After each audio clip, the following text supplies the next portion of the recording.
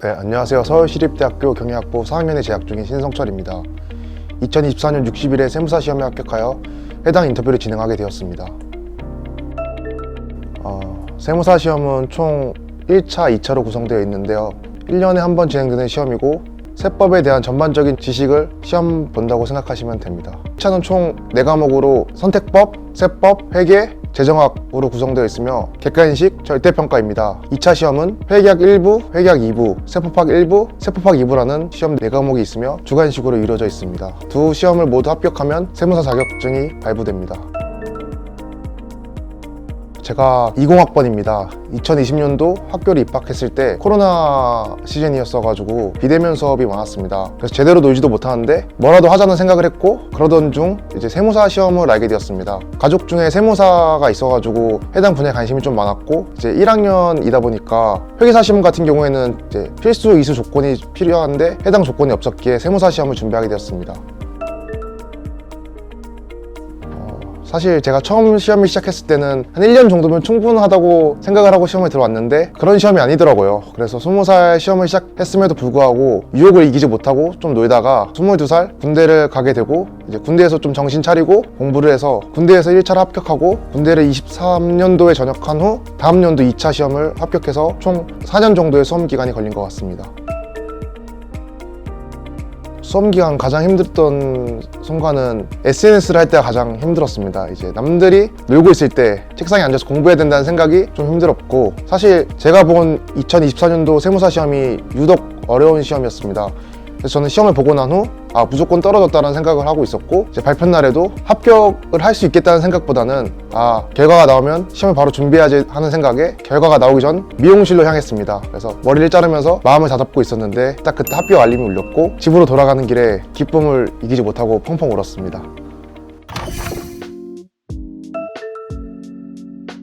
제 공부 루틴은 크게 두 가지로 나눌 수 있습니다. 일단 2차 시험을 보기 전까지는 시간이 남을 때마다 공부를 했습니다. 제가 20살부터 공부를 시작해서 학기 병행도 하고 군대 병행도 하면서 제 시간을 온전히 공부에 쓸 수 없었습니다. 남는 시간 틈틈이 공부를 하였고, 이제 군대에서는 개인정비 시간이라고 일과가 끝난 시간과 연등 시간을 활용하였고, 1차 시험 보기 2주 전에 휴가를 나와서 공부를 해서 1차 시험을 합격했습니다. 그리고 이후에는 이제 제가 아침 9시에 기상을 한 후 저녁 10시에서 11시까지 보통 공부를 했는데, 계속 공부한 건 아니고 점심도 먹고 저녁도 먹고 운동도 하면서 공부를 쉬엄쉬엄 했습니다. 그런데 하루 종일 공부만 하다 보니까 공부 시간이 충분하더라고요. 그래서 일주일 중에 월화수목금은 그렇게 공부를 하고 금요일 저녁부터 토요일 오전까지는 좀 쉬는 시간을 가졌습니다. 그렇게 한 6개월 정도 공부를 했던 것 같습니다. 공부를 하면서 포기하고 싶었던 순간은 분명 아침에 공부를 했는데 저녁에 기억이 안 납니다. 그럼 이제 나랑 안 맞는 것 같다. 그래서 매 순간이 포기하고 싶었는데 20살 때부터 해던 공부밖에 안 해오다 보니까 이 공부를 그만두면 할 수 있는 게 없는 것도 있고, 오늘 푼 문제를 맞추면 세무사가 될 수 있다는 그런 깊은 다짐으로 공부를 계속했던 것 같습니다. 이거 아니면 안 된다. 너무 매몰 비용이 크다고 하죠. 이 매몰 비용이 너무 컸기 때문에 붙을 때까지 해야 된다는 생각이 너무 컸던 것 같습니다.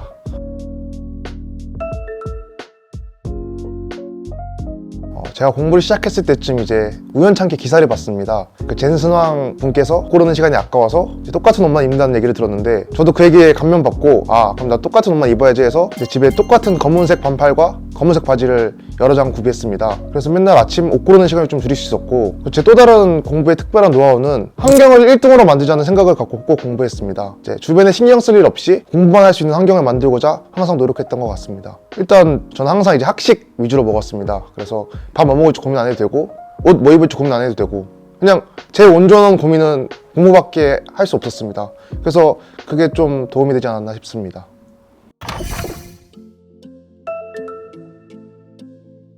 서울시립대학교 같은 경우에는 세무학과 있어가지고 세무 관련 수업이 좀 많습니다. 그래서 해당 수업을 먼저 들으면서 기본적인 법에 대한 이해를 좀 쌓았습니다. 사실 20살이 듣기에는 좀 어려운 과목들이었는데 그냥 무작정 수업에 들어가서 뭔 내용인지 모르지만 이런 내용이 있구나 라며 기본적인 이해를 좀 가졌고, 그다음 제가 경영학부다 보니까 회계 과목 수업들이 많았습니다. 그래서 해당 수업들을 통해서 회계에 대한 이해, 그리고 스킬들을 좀 배울 수 있었습니다. 그리고 알게 모르게 시험 공부를 하면서 이런 내용을 수업 시간에 배웠던 것 같은데 라는 생각이 든 적이 있습니다. 그래서 남들보다 이해에 있어서 좀 더 편하지 않나 싶습니다.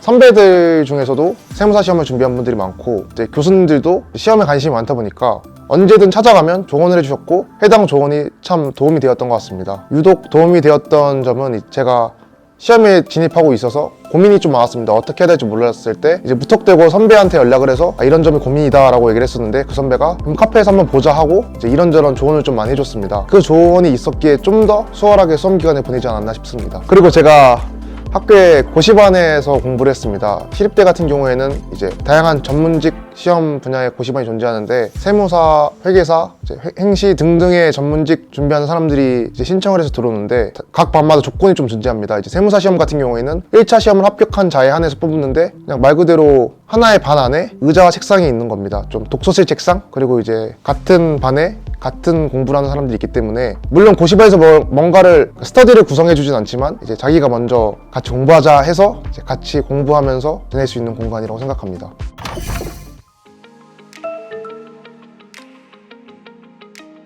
합격하기 전에는 정말 간절했습니다. 그래서 정말 열심히 살았는데 막상 합격하고 나니까 해이해지더라고요. 다시 그때를 생각하고자 이제 인터뷰를 신청했습니다.